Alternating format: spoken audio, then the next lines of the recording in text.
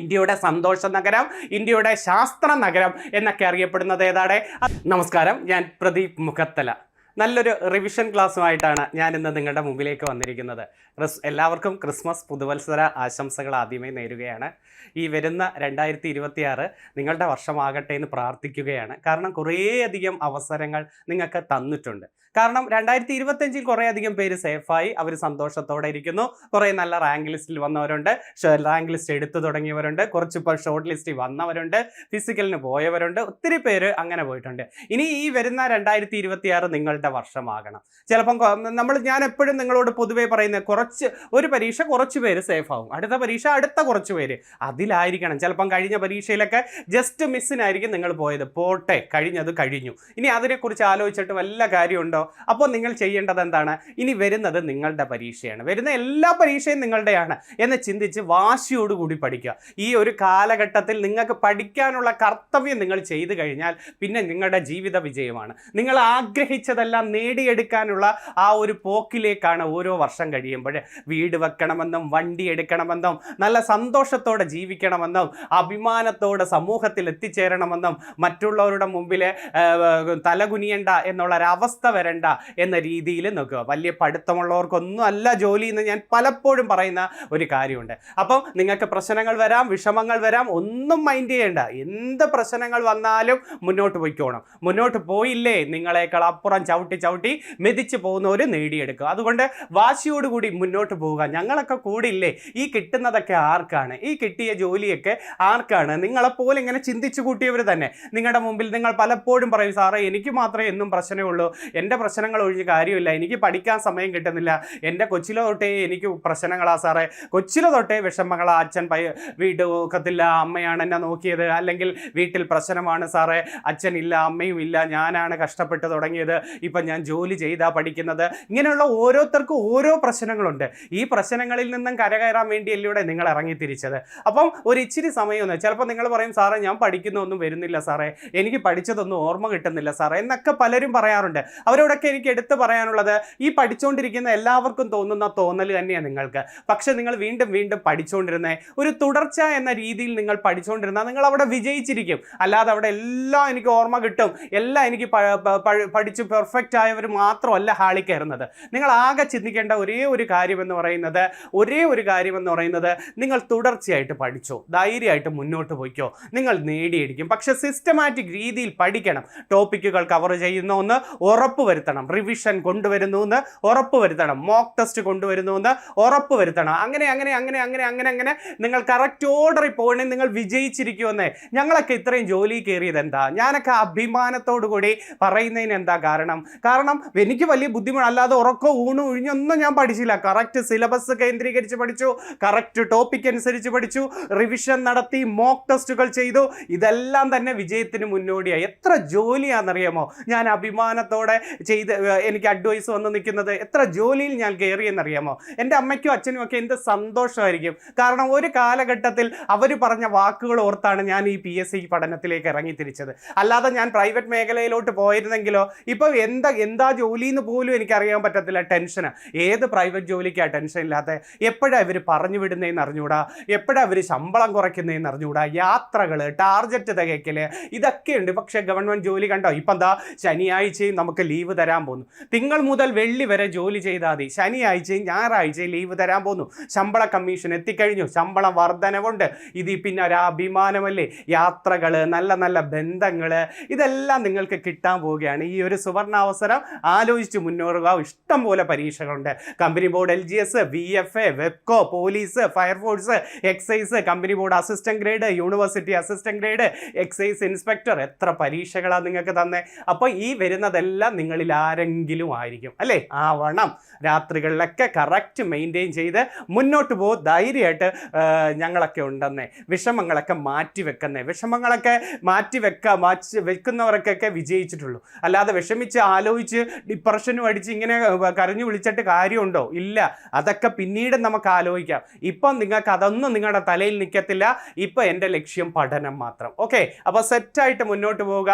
ഞങ്ങളൊക്കെ ഉണ്ട്. തീർച്ചയായിട്ടും വിഷമങ്ങൾ മാറ്റിവെച്ചെങ്കിലേ ജീവിത വിജയം. ഞാനൊക്കെ വന്നു പറഞ്ഞു പോയി, പക്ഷേ ഇതിൽ ഉൾക്കൊണ്ട് മുന്നേറേണ്ടത് നിങ്ങൾ മാത്രമാണ്. നിങ്ങൾ ആ ആശയം മുന്നേറുക എന്നുള്ളത്, മനസ്സുകൊണ്ട് ആഗ്രഹിച്ച് മുന്നേറുക എന്നുള്ളതാണ് നിങ്ങളുടെ മുൻപിലേക്ക് വരുന്ന പ്രധാന വെല്ലുവിളി. ആ വെല്ലുവിളി ഏറ്റെടുത്താൽ നിങ്ങൾ വിജയം ഉണ്ടായിരിക്കും. ഓക്കെ, കഴിഞ്ഞ കമ്പനി ബോർഡ് LGS ഞാൻ ഭരണഘടനയുടെ കുറേ അധികം ചോദ്യങ്ങൾ അല്ലേ നിങ്ങൾക്ക് ചോദിക്കേണ്ട അവകാശങ്ങളും നിർദ്ദേശക തത്വങ്ങളും എല്ലാം നല്ല സെറ്റാക്കി തന്നില്ലേ?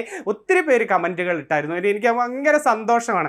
കമൻറ്റുകൾ വായിക്കുമ്പോഴാണ് നമുക്കങ്ങ് ആത്മാർത്ഥമായിട്ട് അടുത്തത് സെറ്റാക്കി കൊണ്ടുവരണം, അവർക്ക് പ്രതീക്ഷയോടുകൂടി ഒരു റിവിഷൻ ക്ലാസ് കൊടുക്കണം എന്ന് വരുന്നത് ഒരു അധ്യാപകന് കിട്ടുന്നത് ആ കമൻറ്റുകൾ വായിക്കുമ്പോഴാണ്. ഇന്ന് ഞാൻ നിങ്ങൾക്ക് വേണ്ടി നല്ലൊരു പോർഷനുമായിട്ടാണ് വന്നത്. സ്വാതന്ത്ര്യ സമര ചരിത്രത്തിൽ എന്തൊക്കെ PSC ചോദിക്കാമോ, അത് ഒന്നാം ഘട്ടമാണ് ഞാൻ ഇപ്പോൾ എഴുതിയിരിക്കുന്നത്. പാർട്ട് 1 ആണ്. ഇനി അടുത്തതൊരുന്നോ നിങ്ങൾക്ക് തന്നെ അറിയാം അല്ലേ, സ്വാതന്ത്ര്യ സമര ചരിത്രത്തിൽ ഒത്തിരി ചോദ്യങ്ങൾ പരീക്ഷയ്ക്ക് വരും. അപ്പോൾ അതുകൊണ്ട് തീർച്ചയായിട്ടും അതിലേറ്റവും പ്രധാനപ്പെട്ടത് വീതമാണ് ഞാൻ ഇന്ന് എഴുതിയത്. കാരണം LGS പരീക്ഷയ്ക്ക് 5 മാർക്ക് കൂടുതലുണ്ടെങ്കിലേ ഉള്ളൂ. 5 കൂടുതൽ ചോദ്യങ്ങൾ നിങ്ങൾക്ക് എന്ത് കിട്ടിയിരിക്കും? സ്വാതന്ത്ര്യ സമര ചരിത്രവുമായി ബന്ധപ്പെട്ട് കിട്ടും. അതിലെല്ലാം നിങ്ങൾക്ക് അറിയായിരിക്കും. പക്ഷെ അറിയുന്നവരോട് എനിക്ക് പറയാനുള്ളത് റിവിഷനായിട്ട് കേൾക്കുക. അറിഞ്ഞുകൂടാത്ത ഒരു കൃത്യം നോട്ട് എഴുതി പോവുക. നിങ്ങൾ സിലബസ് അനുസരിച്ച് പഠിക്കുകയും ചെയ്യണം. ഇതെൻ്റെ റിവിഷനാക്കി ഒരു കൺഫ്യൂസിങ് ഫാക്ട്സ് പോലെ റിവിഷനാക്കി പഠിക്കുകയും ചെയ്യുക. അപ്പോൾ മുന്നോട്ട് പോകാം നമുക്ക്. അപ്പോൾ എല്ലാവിധ ആശംസകളും നേർന്നുകൊണ്ട് നമ്മൾ ഇന്നത്തെ അംഗം തുടങ്ങുകയാണ്. സ്വാതന്ത്ര്യ സമര ചരിത്രവുമായി ബന്ധപ്പെട്ട PSC ചോദ്യങ്ങൾ. അതിനുമുമ്പ് വേണമെങ്കിൽ ഒരു 10 മിനിറ്റ് ഒന്ന് റിവിഷൻ നടത്തട്ടെ. 10 മിനിറ്റ് സമയം ഉണ്ടെങ്കിൽ നമുക്കൊന്ന് റിവിഷൻ നടത്താം. ഇതുവരെ പറഞ്ഞ കാര്യങ്ങൾ പലതും ഒക്കെ ഒന്ന് ഓർത്ത് നോക്കാം അല്ലേ. കേരളത്തിലെ ഏറ്റവും വലിയ ദേശീയ പാർക്ക് ഏതാണ്? കേരളത്തിലെ ഏറ്റവും വലിയ ദേശീയ പാർക്കും ആദ്യത്തെ ദേശീയ പാർക്കും ഇരവികുളമാണ് അല്ലേ. കേരളത്തിലെ ആദ്യത്തെ ദേശീയ പാർക്ക് ഏതാണ്? ഇരവികുളം. 1978 വന്നത്. അപ്പൊ കേരളത്തിലെ ആദ്യത്തെ ദേശീയ പാർക്കും കേരളത്തിലെ ഏറ്റവും വലിയ ദേശീയ പാർക്കും ഏതാണ്? ഇരവികുളം. ഏത് വർഷമാണ് വന്നത്? 1978 വന്നത്. ഇരവികുളം ഇടുക്കി ജില്ലയിലല്ലേ. ഏറ്റവും കൂടുതൽ ദേശീയ പാർക്കുകളും ഏത് ജില്ലയിൽ തന്നെയാ? ഇടുക്കി ജില്ലയിലാണ് ദേശീയ പാർക്കുകൾ ഏറ്റവും കൂടുതൽ. കേരളത്തിലെ ഏറ്റവും വലിയ വന്യജീവി സങ്കേത കേന്ദ്രം ഏതാണ്? അത് പെരിയാർ വന്യജീവി സങ്കേത കേന്ദ്രം അല്ലേ. കേരളത്തിലെ ഏറ്റവും വലിയ ദേശീയ പാർക്ക് ചോദിച്ചാൽ ഇരവികുളം ദേശീയ പാർക്ക്. കേരളത്തിലെ ഏറ്റവും വലിയ വന്യജീവി സങ്കേത കേന്ദ്രം ചോദിച്ചാൽ പെരിയാർ വന്യജീവി സങ്കേത കേന്ദ്രം അല്ലേ. പെരിയാർ വന്യജീവി സങ്കേത കേന്ദ്രം 1934 വന്നത്. 1934 പെരിയാർ വന്യജീവി സങ്കേത കേന്ദ്രം വന്നത്. ഈ 34 വന്ന പെരിയാർ വന്യജീവി സങ്കേതം അന്ന് ആദ്യകാല നാമം നെല്ലിക്കാമ്പട്ടി സാങ്ച്വറി എന്നല്ലായിരുന്നു. അവിടെ നെല്ലിക്കാമ്പട്ടി സാങ്ച്വറി എന്നാണ് പെരിയാർ വന്യജീവി സങ്കേതത്തിന്റെ ആദ്യകാല നാമം. മറ്റൊരു പേര് തേക്കടി വന്യജീവി സങ്കേത കേന്ദ്രവും എന്നാണ് കേട്ടോ. പെരിയാർ വന്യജീവി സങ്കേതത്തിന്റെ മറ്റൊരു പേര് എന്താണ്? തേക്കടി വന്യജീവി സങ്കേത കേന്ദ്രം. കേരളത്തിലെ ഏറ്റവും വലിയ പക്ഷി സങ്കേത കേന്ദ്രം ഏതാണ്? തട്ടേക്കാട് പക്ഷി സങ്കേത കേന്ദ്രം അല്ലേ. കേരളത്തിലെ ഏറ്റവും വലിയ പക്ഷി സങ്കേത കേന്ദ്രം ഏതാണ്? തട്ടേക്കാട് പക്ഷി സങ്കേത കേന്ദ്രം. അത് എറണാകുളത്താണ്. എറണാകുളം കോതമംഗലത്താണ് തട്ടേക്കാട് പക്ഷി സങ്കേത കേന്ദ്രം ഉള്ളത്. ഈ കേരളത്തിലെ ഏറ്റവും ചെറിയ പക്ഷി സങ്കേത കേന്ദ്രവും എറണാകുളത്ത് തന്നെയല്ലേ. എറണാകുളത്ത് മംഗളവനം. എറണാകുളത്ത് ഏതായിരുന്നടെ? മംഗളവനമാണ് ഏറ്റവും ചെറിയ പക്ഷി സങ്കേത കേന്ദ്രം. കണ്ടൽക്കാടുകൾ നിറഞ്ഞ കേരളത്തിലെ പക്ഷി സങ്കേത കേന്ദ്രം ഏതെന്ന് ചോദിച്ചാൽ മംഗളവനമല്ലേ നമ്മൾ പറയുന്നത്. കണ്ടൽക്കാടുകൾ നിറഞ്ഞ കേരളത്തിലെ പക്ഷി സങ്കേത കേന്ദ്രം ഏതെന്ന് ചോദിച്ചാലും നമ്മുടെ മംഗളവനം. കണ്ടൽക്കാടുകൾ നിറഞ്ഞ കേരളത്തിലെ കായൽ ഏതാണ്? കണ്ടൽക്കാടുകൾ നിറഞ്ഞ കേരളത്തിലെ കായൽ അത് ഏതെന്ന് ചോദിച്ചാൽ നിങ്ങൾ പറയേണ്ടത് അഷ്ടമുടിക്കായലാണ്. അപ്പൊ കണ്ടൽക്കാടുകൾ നിറഞ്ഞ പക്ഷി സങ്കേത കേന്ദ്രം ചോദിച്ചാൽ മംഗളവനം എറണാകുളം. കണ്ടൽക്കാടുകൾ നിറഞ്ഞ കേരളത്തിലെ കായൽ ഏതെന്ന് ചോദിച്ചാൽ അഷ്ടമുടിക്കായലാണ്, കൊല്ലം ജില്ലയിലാണ്. കണ്ടൽക്കാടുകൾക്ക് ആവശ്യമായ മണ്ണ് പീറ്റുമണ്ണല്ലേ ആണ്. കണ്ടൽക്കാടുകൾക്ക് ആവശ്യമായ മണ്ണ് ഏതാണ്? പീറ്റുമണ്ണ്. ഇന്ത്യയിൽ ഏറ്റവും കൂടുതൽ കണ്ടൽക്കാടുകൾ പശ്ചിമ ബംഗാളിലാണ്. ഇന്ത്യയിൽ ഏറ്റവും കൂടുതൽ കണ്ടൽക്കാടുകൾ എവിടെയാണ്? പശ്ചിമ ബംഗാൾ. കേരളത്തിൽ കണ്ടൽക്കാടുകൾ ഏറ്റവും കൂടുതൽ കണ്ണൂരാണ്. ഇന്ത്യയിൽ ഏറ്റവും കൂടുതൽ കണ്ടൽക്കാടുകൾ പശ്ചിമ ബംഗാൾ ആണെങ്കിൽ കേരളത്തിൽ ഏറ്റവും കൂടുതൽ കണ്ടൽക്കാടുകൾ എവിടെയാണ്? അത് കണ്ണൂരാണ് അല്ലേ. കണ്ടൽക്കാടുകൾക്ക് ആവശ്യമായ മണ്ണ് ഏതാണ്? പീറ്റുമണ്ണ്. ഇന്ത്യയിൽ ഏറ്റവും കൂടുതൽ കണ്ടൽക്കാടുകൾ എവിടെയാണ്? ഇന്ത്യയിൽ ഏറ്റവും കൂടുതൽ കണ്ടൽക്കാടുകൾ ഉള്ളത് പശ്ചിമ ബംഗാൾ. എന്താ പശ്ചിമ ബംഗാളിന്റെ തലസ്ഥാനം? പശ്ചിമ ബംഗാളിന്റെ തലസ്ഥാനം കൊൽക്കത്ത അല്ലേ. പശ്ചിമ ബംഗാളിന്റെ തലസ്ഥാനം ഏതാണ്? കൊൽക്കത്ത അല്ലേ. ഈ കൊൽക്കത്ത തുറമുഖത്തിന് ഒരു പ്രത്യേകതയുണ്ട്. ഇന്ത്യയിലെ കൊൽക്കത്ത തുറമുഖത്തിന് ഒരു പ്രത്യേകതയുണ്ട്. എന്താണെന്നറിയാമോ? ഇന്ത്യയിലെ ഏക നദീജന്യ തുറമുഖം.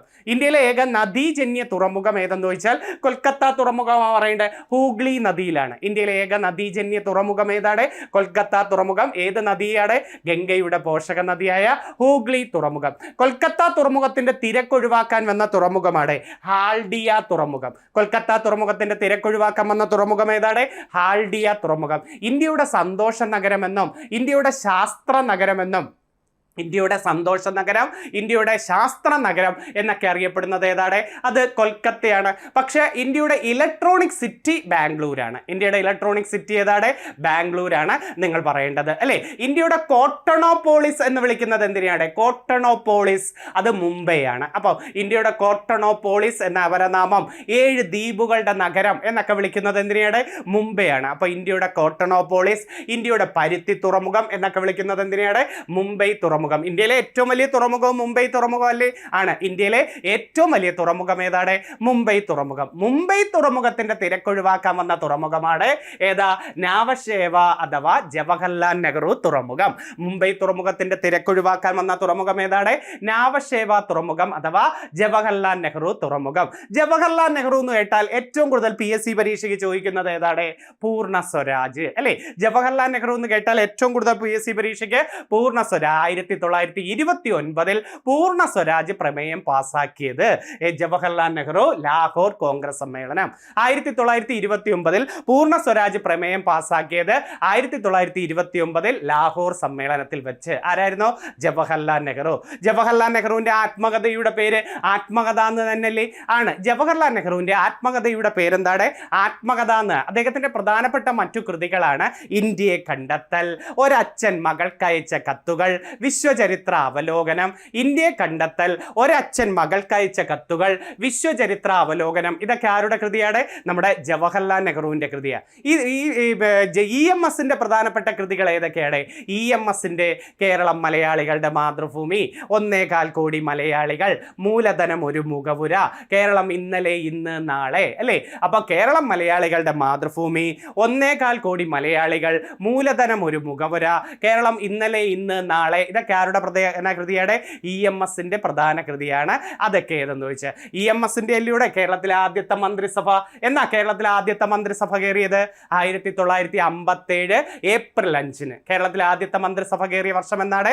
1957 ഏപ്രിൽ 5-നാണ് കേരളത്തിലെ ആദ്യത്തെ മന്ത്രിസഭ കയറിയത്. ആദ്യത്തെ മന്ത്രിസഭ പിരിച്ചുവിടാൻ കാരണം ഏതാണ്? താഴെ വിടാൻ കാരണം മന്നത്ത് പത്മനാഭൻ നയിച്ച വിമോചന സമരമാണ് അല്ലേ. ആദ്യത്തെ മന്ത്രിസഭ വീഴാൻ കാരണം ഏതാണ്? മന്നത്ത് പത്മനാഭൻ നയിച്ച വിമോചന സമരമായിരുന്നു. എന്നാ വിമോചന സമരം? 1959 അല്ലേ. വിമോചന സമരം എന്നാണ്? 1959. ആരാ നേതാവ്? അത് മന്നത്ത് പത്മനാഭൻ. മന്നത്ത് പത്മനാഭനെയല്ലേ കേരളത്തിന്റെ മദൻ മോഹൻ മാളവ്യ, കേരളത്തിന്റെ ഭാരത കേസരി അല്ലേ. ഭാരത കേസരി എന്നും കേരളത്തിന്റെ മദൻ മോഹൻ മാളവ്യ എന്നൊക്കെ വിളിക്കുന്നത് ആരെയാണ്? മന്നത്ത് പത്മനാഭൻ. മന്നത്ത് പത്മനാഭനല്ലേ വൈക്കം സത്യാഗ്രഹത്തെ തുടർന്ന് സവർണ ജാഥ നയിച്ചത്? വൈക്കം സത്യാഗ്രഹത്തെ തുടർന്ന് സവർണ ജാഥ നയിച്ചത് ആരാണ്? മന്നത്ത് പത്മനാഭൻ.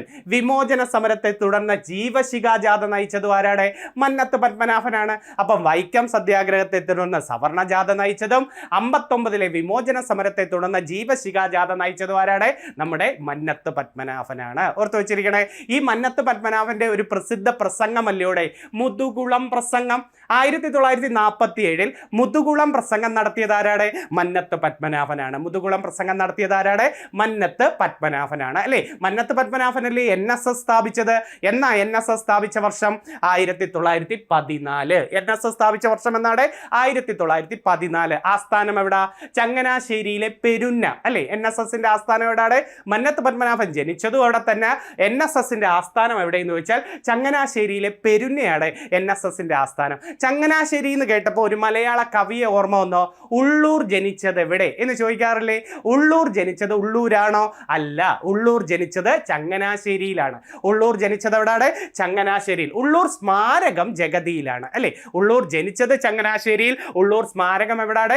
ജഗതിയിലാണ്. കുമാരനാശാൻ ജനിച്ചത് എവിടെയാണ്? കുമാരനാശാൻ ജനിച്ചത് കായിക്കരയിലാണ്. കുമാരനാശാൻ സ്മാരകം എവിടെയെന്ന് ചോദിച്ചാൽ തോന്നക്കലാണ്.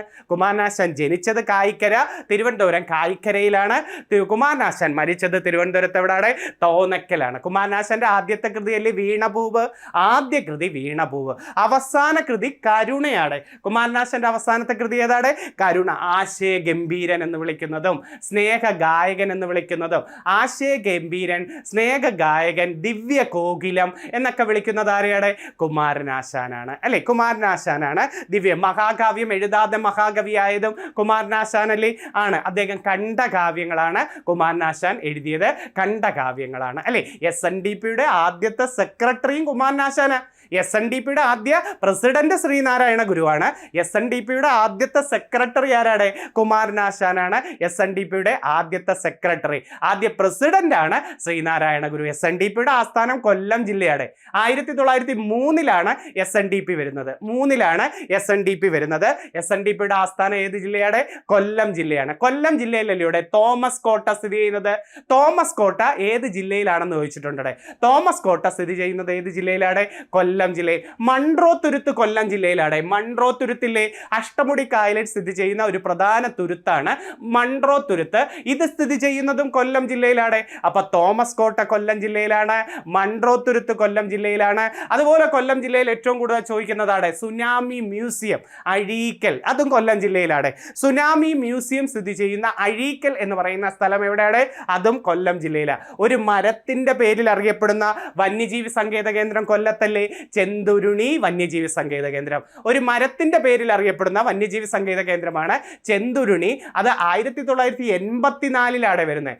ചെന്തുരുണി വന്യജീവി സങ്കേത കേന്ദ്രം വരുന്നത് എവിടെയാണ്? ഏത് വർഷമാ? 1984. കേരളത്തിലെ ഏറ്റവും വലിയ ജലസേചന പദ്ധതി കൊല്ലത്താ. കേരളത്തിലെ ഏറ്റവും വലിയ ജലസേചന പദ്ധതി ഏതാ? കല്ലട ജലസേചന പദ്ധതി കൊല്ലം ജില്ലയിലാണ്. കേരളത്തിലെ ഏറ്റവും വലിയ ജലസേചന പദ്ധതി കല്ലട ജലസേചന പദ്ധതി കൊല്ലം ജില്ലയിലാണ്. പുനലൂർ തൂക്കുപാലം കൊല്ലത്തല്ലിയുടെ ആണ്. പുനലൂർ തൂക്കുപാലം ഏത് നദിയിലാ? കല്ലടയാറില. പുനലൂർ തൂക്കുപാലം സ്ഥിതി ചെയ്യുന്നത് കല്ലടയാറിലാണ്. അത് കൊല്ലം ജില്ലയിലാണ് അല്ലെ? കൊല്ലം ജില്ലയിലല്ലൂടെ തെന്മല അണക്കെട്ട്. തെന്മല അണക്കെട്ടിന്റെ മറ്റൊരു പേരല്ലേ കല്ലട പരപ്പാർ അണക്കെട്ടെന്ന്? തെന്മല അണക്കെട്ടിന്റെ മറ്റൊരു പേരാണ് കല്ലട പരപ്പാർ അണക്കെട്ട്. അതുകൊണ്ട് കല്ലടയാറില്ല. തെന്മല അണക്കെട്ട് ഏത് ജില്ലയിൽ എന്ന് ചോദിച്ചാൽ, ഏത് നദിയിൽ എന്ന് ചോദിച്ചാൽ നിങ്ങൾ പറയേണ്ടത് ഏതാണ്? കല്ലടയാറ്. കൊല്ലം ജില്ലയിലെ ഒരു പ്രധാന വെള്ളച്ചാട്ടമാണ് പാലരുവി വെള്ളച്ചാട്ടം. പാലരുവി വെള്ളച്ചാട്ടം സ്ഥിതി ചെയ്യുന്നത് കല്ലട നദിയിലാണ്. അപ്പൊ പാലരുവി വെള്ളച്ചാട്ടം കൊല്ലം ജില്ലയിൽ ഏത് നദിയിലാണ്? കല്ലട നദിയിൽ. അതുപോലെ ഏറ്റവും ഇമ്പോർട്ടന്റ് ആണ് കൊല്ലം ജില്ലയിലെ ഒരു തുറമുഖം ചോദിക്കും. നീണ്ടകര തുറമുഖം ഏത് ജില്ലയിൽ എന്ന് ചോദിച്ചിട്ടുണ്ട്. നീണ്ടകര തുറമുഖം സ്ഥിതി ചെയ്യുന്നത് കൊല്ലം ജില്ലയിൽ. ഇൻഡോ നോർവീജിയൻ പ്രോജക്റ്റ് എന്ന് തന്നെയല്ലേ പറയുന്നത്? ഇൻഡോ നോർവീജിയൻ പ്രോജക്റ്റ് എന്നറിയപ്പെടുന്നത് നമ്മുടെ നീണ്ടകര തുറമുഖവുമായി ബന്ധപ്പെട്ടതാണ്. അപ്പൊ കൊല്ലം ജില്ലയിലാണ് നീണ്ടകര തുറമുഖം. തങ്കശ്ശേരി, നീണ്ടകര ഇതൊക്കെ എവിടെയാണെന്ന് ചോദിച്ചിട്ടുണ്ട്. തങ്കശ്ശേരി തുറമുഖം, നീണ്ടകര തുറമുഖം ഇതൊക്കെ ഏത് ജില്ലയിലാണ്? കൊല്ലം ജില്ലയിലാണ്. കൊല്ലം ജില്ലയിലല്ലേ ഏറ്റവും വലിയ പക്ഷിപ്രതിമ വന്നത്? ഏറ്റവും വലിയ പക്ഷിപ്രതിമ ചടയമംഗലത്തെ ജടായു പാറയിലാണ് അല്ലെ? ജടായു പ്രതിമയാണ്. ചടയമംഗലത്തെ ജടായു പാറയിലാണ് ഏറ്റവും വലിയ പക്ഷിപ്രതിമ വന്നത് അല്ലെ? രാജീവ് അഞ്ചലാണ് ഇതിന്റെ ശില്പി എന്ന് പറയാറുണ്ട്. രാജീവ് അഞ്ചൽ കേട്ടിട്ടുണ്ടോ? അതായത് നമ്മുടെ ഓസ്കാർ നോമിനേഷന് പോയ ആദ്യത്തെ മലയാള സിനിമയുടെ സംവിധായകൻ ഇദ്ദേഹമാണ്. ഓസ്കാർ നോമിനേഷൻ പോയ ആദ്യത്തെ മലയാള സിനിമയിൽ ഈ ഗുരു എന്ന് വിളിക്കുന്നത് ഈ ഗുരുവിന്റെ സംവിധായകൻ രാജീവ് അഞ്ചലാണ്. ഗുരുവിന്റെ സംവിധായകൻ ആരാണ്? രാജീവ് അഞ്ചലാണ്. അപ്പൊ ചടയമംഗലം ജടായു പാറയുടെ ശില്പി ആരെന്ന് ചോദിച്ചാൽ നമ്മൾ പറയേണ്ടത് രാജീവ് അഞ്ചൽ. അതുപോലെ അഞ്ചലുള്ള ഒരു പ്രശസ്ത വ്യക്തിയുണ്ട്. അഞ്ചൽ എന്ന് പറയുന്ന അഞ്ചലെ വിളക്കുപാറയിലെ ഒരു പ്രശസ്ത വ്യക്തിയാണ്. ഓസ്കാർ അവാർഡ് കിട്ടിയ ഒരേ ഒരു മലയാളി റസൂൽ പൂക്കുട്ടിയല്ലേ? ഓസ്കാർ അവാർഡ് നേടിയ ഒരേ ഒരു മലയാളി ആരാണ്? റസൂൽ പൂക്കുട്ടി. അദ്ദേഹത്തിന്റെ ജന്മസ്ഥലം കൊല്ലം ജില്ലയിലെ അഞ്ചലെ വിളക്കുപാറയിൽ. ശബ്ദ താരാപദം അദ്ദേഹത്തിന്റെ ആത്മകഥയുടെ പേര്. ശബ്ദ താരാപദം റസൂൽ പൂക്കുട്ടിയുടെ ആത്മകഥയുടെ പേര്. പിന്നെ നമ്മുടെ അഷ്ടമുടിക്കായലും ശാസ്താംകോട്ടക്കായലും കൊല്ലം ജില്ലയിൽ തന്നെയല്ലേ? അഷ്ടമുടിക്കായല്, ശാസ്താംകോട്ടക്കായൽ സ്ഥിതി ചെയ്യുന്നത് കൊല്ലം ജില്ലയില്. അതുപോലെ അയ്യങ്കാളി നടത്തിയ കല്ലുമാല സമരം അഥവാ പെരിനാട് ലഹള 1915 അയ്യങ്കാളി നടത്തിയ കല്ലുമാല സമരം അഥവാ പെരിനാട് ലഹള എവിടെയാ? കൊല്ലം ജില്ലയിൽ. 1938 നടന്ന കടക്കൽ സമരം കൊല്ലം ജില്ലയിലല്ലേ? 1938 നടന്ന കടക്കൽ സമരം ഏത് ജില്ലയിൽ എന്ന് ചോദിച്ചാൽ കൊല്ലം ജില്ലയിൽ. ഞാൻ ഒത്തിരി പറഞ്ഞുകൊണ്ട് പോയി, ഇന്നത്തെ ടോപ്പിക്ക് പോയാലോ, അതുകൊണ്ട് ഒരു കുറച്ച് റിവിഷൻ ചെവിയിലേക്ക് കയറ്റിയെന്നേ ഉള്ളൂ. നമുക്ക് തിരിച്ചു വരാം. ഇന്നത്തെ എല്ലാം ഇമ്പോർട്ടൻറ്റ് ഒരുവിധം നിങ്ങൾ പഠിച്ചത്. എന്നാലും ഒന്ന് ഞാൻ ഏറ്റവും പ്രധാനപ്പെട്ട ചോദ്യങ്ങളിലേക്ക് കിടക്കാം. ഒരു കൺഫ്യൂസിങ് ഫാക്ട്സ് പോലെ കേട്ടോ. ഇതാണ് ഏറ്റവും കൂടുതൽ PSC പരീക്ഷയ്ക്ക് സ്വാതന്ത്ര്യ സമരവുമായി ചോദിച്ച ഫസ്റ്റ് ടോപ്പിക്കിൽ ഗാന്ധിജിയുടെ 3 ജനകീയ സമരങ്ങൾ ഏതെല്ലാം? ഗാന്ധിജി ഇന്ത്യയിൽ നടത്തിയ 3 ജനകീയ സമരം, ബഹുജന പ്രക്ഷോഭം എന്ന ദേശീയ സമരം എന്നൊക്കെ വേർഡ് വരാം കേട്ടോ. ബഹുജന പ്രക്ഷോഭം, ദേശീയ സമരം, ജനകീയ സമരം ഏതൊക്കെ? 1920 നിസ്സഹകരണ സമരം, 1930 നിയമലംഘന പ്രസ്ഥാനം, ക്വിറ്റ് ഇന്ത്യ സമരം 1942. അപ്പം 20 നിസ്സഹകരണ പ്രസ്ഥാനം, 30 നിയമലംഘന പ്രസ്ഥാനം, ക്വിറ്റ് ഇന്ത്യ സമരം ഏത് വർഷമാണ്? 42. 3 സമരങ്ങളെ നടന്നുള്ളൂ. 20 പരീക്ഷയ്ക്ക് കഴിഞ്ഞ ശനിയാഴ്ച ഫോറസ്റ്റ് പരീക്ഷയ്ക്ക് ഒരു ചോദ്യം ഉണ്ടായിരുന്നു. ഗാന്ധിജി ചൗരി ചൗര സംഭവം നിർത്തിവെക്കാൻ കാരണം എന്താ? ചൗരി ചൗര സംഭവത്തെ തുടർന്ന് നിർത്തിവെച്ചത് ഏത്? അത് നിസ്സഹകരണ പ്രസ്ഥാനമാണ്. ചൗരി ചൗര സംഭവം 1922 ഫെബ്രുവരി 5 ചൗരി ചൗര സംഭവം 22 പോലീസുകാരൊക്കെ കൊല്ലപ്പെടുകയല്ലേ ഉത്തർപ്രദേശിലെ ഗോരഖ്പൂരിലെ. അപ്പം ഈ ചൗരി ചൗര സംഭവത്തെ തുടർന്ന് ഗാന്ധിജി നിർത്തിവെച്ച സമരം ഏതാണ്? നിസ്സഹകരണ സമരം. എന്നാൽ നിസ്സഹകരണ സമരം ആരംഭിച്ചത് 20 22 ഇത് നിർത്തിവെക്കുന്നത്. മറന്നുപോരുതേ. അവിടെ നല്ലൊരു ചോദ്യമുണ്ട്. എന്താണെന്ന് അറിയാമോ? നിസ്സഹകരണ പ്രസ്ഥാനം പിൻവലിച്ചതിനെ ദേശീയ ദുരന്തം എന്ന് വിളിച്ചതാര് എന്ന് ചോദിച്ചിട്ടുണ്ട്. നിസ്സഹകരണ പ്രസ്ഥാനം പിൻവലിച്ചതിനെ ദേശീയ ദുരന്തം എന്ന് വിളിച്ചത് ആരാന്നറിയാമോടെ? നമ്മുടെ സുഭാഷ് ചന്ദ്രബോസ് ആണ്. നിസ്സഹകരണ പ്രസ്ഥാനം പിൻവലിച്ചതിനെ ദേശീയ ദുരന്തം എന്ന് വിളിച്ചത് ആരാണ്? അത് സുഭാഷ് ചന്ദ്രബോസ്. അതുപോലെ നിസ്സഹകരണ പ്രസ്ഥാനം ആരംഭിച്ചത് ഹിമാലയൻ മണ്ടത്തരം എന്ന് പറഞ്ഞത് ഗാന്ധിജി തന്നെയാണ്. നിസ്സഹകരണ പ്രസ്ഥാനം ആരംഭിച്ചത് ഹിമാലയൻ മണ്ടത്തരം എന്ന് പറഞ്ഞത് ആരാണ്? അത് ഗാന്ധിജി. പിൻവലിച്ചതിനെ ദേശീയ ദുരന്തം എന്ന് വിളിച്ചത് ആരാണ്? അത് സുഭാഷ് ചന്ദ്രബോസ് ആണ്. എവിടെയാണ് ചൗരി ചൗര സംഭവം നടന്നത്? ഉത്തർപ്രദേശിലാണ് ചൗരി ചൗര സംഭവം നടന്നത്. ഉത്തർപ്രദേശിലാണ് അല്ലേ? ഉത്തർപ്രദേശ് എന്ന് കേട്ടാൽ ഏറ്റവും കൂടുതൽ ഓർമ്മ വരേണ്ട നല്ലൊരു ചോദ്യം പറഞ്ഞ്. ഉത്തർപ്രദേശ് എന്ന് കേട്ടാൽ ഇന്ത്യയിൽ ഏറ്റവും കൂടുതൽ ജനസംഖ്യയുള്ള സംസ്ഥാനം, പട്ടികജാതിക്കാർ ഏറ്റവും കൂടുതലുള്ള സംസ്ഥാനം, നിയമസഭാ സീറ്റ്, ലോകസഭാ സീറ്റ്, രാജ്യസഭാ സീറ്റ്, ഇത് 3 ഏറ്റവും കൂടുതലുള്ള സംസ്ഥാനം ഏതാണ്? ഉത്തർപ്രദേശ്. ഗോതമ്പ് ഏറ്റവും കൂടുതൽ ഉത്തർപ്രദേശ്. കരിമ്പ്, പഞ്ചസാര ഏറ്റവും കൂടുതൽ ഉത്തർപ്രദേശ്. ഗോതമ്പ്, കരിമ്പ്, പഞ്ചസാര ഏറ്റവും കൂടുതൽ ഉത്തർപ്രദേശ് അല്ലെ? ജനസംഖ്യ, പട്ടികജാതിക്കാർ, ലോകസഭ, രാജ്യസഭ, സംസ്ഥാന നിയമസഭാ സീറ്റുകൾ ഏറ്റവും കൂടുതലുള്ള ഇന്ത്യൻ സംസ്ഥാനം ഏതാണ്? ഉത്തർപ്രദേശ്. ഗംഗ ഏറ്റവും കൂടുതൽ ഒഴുകുന്ന സംസ്ഥാനം ഏതാണ്? ഉത്തർപ്രദേശ്. 1857 വിപ്ലവം ഏറ്റവും കൂടുതൽ വ്യാപിച്ച സംസ്ഥാനം ഏതാണ്? ഉത്തർപ്രദേശ്. 1857 വിപ്ലവം ഏറ്റവും കൂടുതൽ വ്യാപിച്ച സംസ്ഥാനം ഏതാണ്? ഉത്തർപ്രദേശ്. ഗംഗ ഏറ്റവും കൂടുതൽ ഒഴുകുന്നത് എവിടാണ്? ഉത്തർപ്രദേശ്. എന്താ ഉത്തർപ്രദേശിന്റെ തലസ്ഥാനം? ലഖ്നൗ. ഉത്തർപ്രദേശിന്റെ തലസ്ഥാനം ഏതാണ്? ലഖ്നൗ ആണ് ഉത്തർപ്രദേശിന്റെ തലസ്ഥാനം. ലഖ്നൗ. ലഖ്നൗവിന്റെ തീരത്തൂടി ഒഴുകുന്ന നദിയല്ലേ ഗോമതി? ലഖ്നൗവിന്റെ തീരത്തൂടി ഒഴുകുന്ന നദി ഏതാണ്? ഗോമതി നദിയാണ് ലഖ്നൗവിന്റെ തീരത്തൂടി ഒഴുകുന്നത്. ലഖ്നൗ നിങ്ങൾ വേറൊരു ചോദ്യം പഠിച്ചിട്ടുണ്ട്. ഏതാണെന്നറിയാമോ? ലഖ്നൗ. അതായത് 1916 മിതവാദികളും തീവ്രവാദികളും ഒന്നിച്ച സമ്മേളനം ഏതെന്ന് ചോദിച്ചിട്ടില്ലേ? 1916 മിതവാദികളും തീവ്രവാദികളും ഒന്നിച്ച INC-യുടെ സമ്മേളനം ഏതാണ്? 16 ലഖ്നൗ സമ്മേളനം. ആ സമയത്ത് INC-യുടെ പ്രസിഡന്റാണ് AC മജുംദാർ. AC മജുംദാർ. അപ്പം നമ്മൾ പറഞ്ഞു വന്നത് തിരിഞ്ഞു പോവും. 20 നിസ്സഹകരണ പ്രസ്ഥാനമാണ് ഗാന്ധിജിയുടെ ആദ്യത്തെ ജനകീയ സത്യാഗ്രഹം അല്ലെ? 20 എന്ന് കേട്ടാൽ വേറൊരു ക്വസ്റ്റ്യനും കൂടെ ഓർമ്മ. ഏതാണെന്നറിയാമോ? ഗാന്ധിജി ആദ്യമായിട്ട് കേരളത്തിലെത്തിയ വർഷം ഏതെന്ന് ചോദിച്ചിട്ടില്ലേ? ഗാന്ധിജി ആദ്യമായിട്ട് കേരളത്തിലെത്തിയതും 1920 മൗലാന ഷൗക്കത്ത് അലിയും ഗാന്ധിജിയും കൂടാണ് ഖിലാഫത്ത് പ്രചരണവുമായി ബന്ധപ്പെട്ടാണ് ഗാന്ധിജി ആദ്യമായിട്ട് കേരളത്തിലെത്തുന്നത്. അപ്പൊ ഗാന്ധിജി ആദ്യമായി കേരളത്തിലെത്തിയ വർഷം എന്നാണ്? 20 നിസ്സഹകരണ സമരം ഏത് വർഷമാണ്? 1920. രണ്ടാമത്തേതാണ് നിയമലംഘന പ്രസ്ഥാനം. 1930 നിയമലംഘന പ്രസ്ഥാനം ഏത് വർഷമാണ്? 1930 എന്ന് കേട്ടാൽ വേറെ ഓർമ്മ വരത്തില്ലേ? കേരള കലാമണ്ഡലം ഏത് വർഷം അല്ലെ? കേരള കലാമണ്ഡലം ഏത് വർഷമാണ്? 30. ലോകകപ്പ് ഫുട്ബോൾ ആരംഭിച്ച വർഷം എന്നാണ്? ലോകകപ്പ് ഫുട്ബോൾ ആരംഭിച്ചത് 30. കോമൺവെൽത്ത് ഗെയിംസ് ആരംഭിച്ച വർഷം എന്നാണ്? കോമൺവെൽത്ത് ഗെയിംസ് ആരംഭിച്ചത് 30. അപ്പം ലോകകപ്പ് ഫുട്ബോൾ ആരംഭിച്ചത് 30. കോമൺവെൽത്ത് ഗെയിംസ് ആരംഭിച്ചത് 30. ഉപ്പ് സത്യാഗ്രഹം ആരംഭിച്ചത് 30 അല്ലേ? ഉപ്പ് സത്യാഗ്രഹം ആരംഭിച്ച വർഷം എന്നാണ്? 30-ലാണ് അല്ലേ. അതുപോലെ ചിറ്റഗോങ് കലാപം എന്നും പറഞ്ഞ് നിങ്ങൾ ഒരെണ്ണം പഠിക്കൂടെ, ചിറ്റഗോങ് കലാപം, അതും 30-ലാണ്. അപ്പൊ 30-ല് PSC പരീക്ഷയുടെ ചോദ്യങ്ങൾ എന്ന് പറഞ്ഞേടെ. ഒന്ന്, നിയമലംഘന പ്രസ്ഥാനം 30-ൽ. കേരള കലാമണ്ഡലം വന്നത് 30-ല്. കേരള കലാമണ്ഡലം 30. ലോകകപ്പ് ഫുട്ബോൾ ആരംഭിച്ചത് 30 അല്ലേ. എവിടെ ആരംഭിച്ചത്? ഉറുഗ്വേയിൽ. ആദ്യത്തെ വിജയി ഉറുഗ്വ. ലോകകപ്പ് ഫുട്ബോളിന്റെ ആദ്യത്തെ വിജയി ആരാണ്? ഉറുഗ്വയാണ് ലോകകപ്പ് ഫുട്ബോളിന്റെ ആദ്യത്തെ വിജയിയും കേട്ടോ. ലോകകപ്പ് ഫുട്ബോൾ ആരംഭിച്ചത് 30-ലാണ്. കോമൺവെൽത്ത് ഗെയിംസ് ആരംഭിച്ചത് 30-ലാണ്. കാനഡയിലെ ഹാമിൽട്ടൺ, എഴുതി പഠിച്ചു വെച്ചിരിക്കണേ. കോമൺവെൽത്ത് ഗെയിംസ് ആരംഭിച്ച വർഷം എന്നാണ്? കാനഡയിലെ ഹാമിൽട്ടണിൽ 30-ലാണ്. അതുപോലെ ഇന്ത്യയിലും കേരളത്തിലും ഉപ്പ് സത്യാഗ്രഹം ആരംഭിച്ച വർഷം പറഞ്ഞ് 30-ലാണ്. ഇന്ത്യയിലും കേരളത്തിലും ഉപ്പ് സത്യാഗ്രഹം ആരംഭിച്ചത് 30. ചിറ്റഗോങ് കലാപം, സൂര്യസെന്നിന്റെ നേതൃത്വത്തിലുള്ള ചിറ്റഗോങ് കലാപം നടന്നത് 30-ലാണ്. അപ്പൊ 30-ന്റെ പഠിച്ചു വെച്ചേ. കേരള കലാമണ്ഡലം ഏത് ജില്ലയിലാണ്? തൃശ്ശൂർ ജില്ലയിലാണ്. കേരള കലാമണ്ഡലത്തിന്റെ തീരത്തൂടി ഒഴുകുന്ന നദി ഏതാണ്? ഭാരതപ്പുഴയാണ്. ഭാരതപ്പുഴ എത്ര ജില്ലകളിലൂടെ ഒഴുകുന്നു? 3 ജില്ലകളിലൂടെ. ഏതൊക്കെ? പാലക്കാട്, തൃശ്ശൂര്, മലപ്പുറം. പാലക്കാട്, തൃശ്ശൂര്, മലപ്പുറമാണ് ഭാരതപ്പുഴ ഒഴുകുന്ന ജില്ലകൾ ഏതൊക്കെയെന്ന് ചോദിച്ചിട്ടുണ്ട്. അപ്പം ഭാരതപ്പുഴ കേരള കലാമണ്ഡലത്തിന്റെ തൊട്ട് തീരത്ത് അടുത്തൂടെ പോകുന്നതാണ്. തൃശ്ശൂർ ചെറുതുരുത്തി നഗറിലാണ്. അടുത്ത മൂന്നാമത്തെ നോക്കാടെ. കിറ്റ് ഇന്ത്യ സമരം 42-ലാണ് അല്ലെ.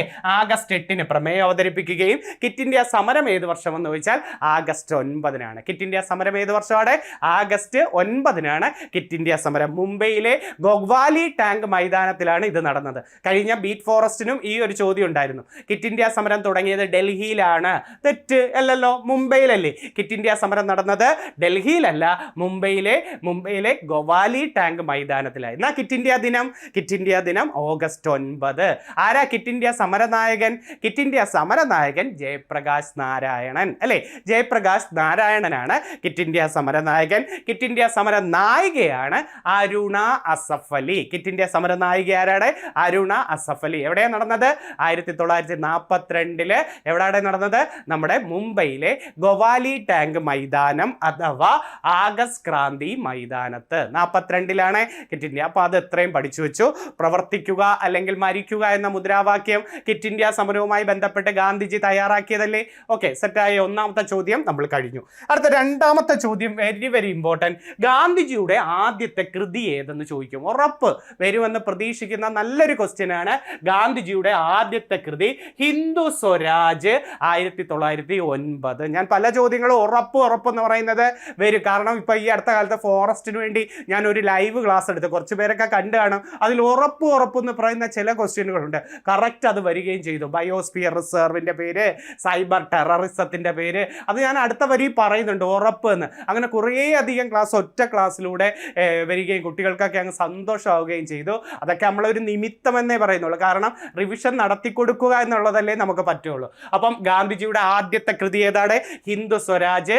1909-ലാണ് ഗാന്ധിജിയുടെ ആദ്യത്തെ കൃതി പ്രസിദ്ധീകരിച്ചത്. ഗാന്ധിജി ആദ്യമായി സത്യാഗ്രഹം ആരംഭിച്ചത് എവിടെയെന്ന് ചോദിച്ചിട്ടുണ്ട്.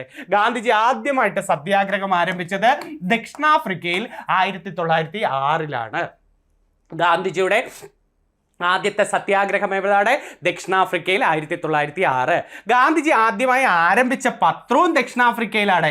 Indian opinion 1904-ലാണ്. അപ്പം ഗാന്ധിജിയുടെ ആദ്യത്തെ കൃതി ഏതെന്ന് ചോദിച്ചാൽ ഹിന്ദു സ്വരാജ് 1909-ലാണ്.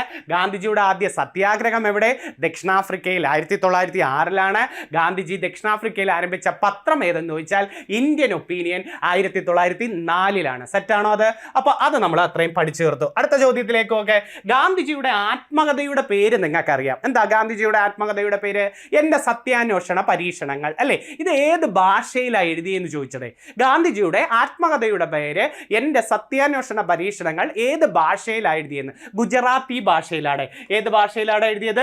ഗുജറാത്തി ഭാഷയിൽ. ഇത് ഇംഗ്ലീഷിലേക്ക് എഴുതിയത് ആരാന്ന് ചോദിച്ചാൽ അദ്ദേഹത്തിന്റെ പ്രൈവറ്റ് സെക്രട്ടറിയായ മഹാദേവ ദേശായി, പാരേലാൽ നയ്യാറും കൂടെ ചേർന്നാണ്.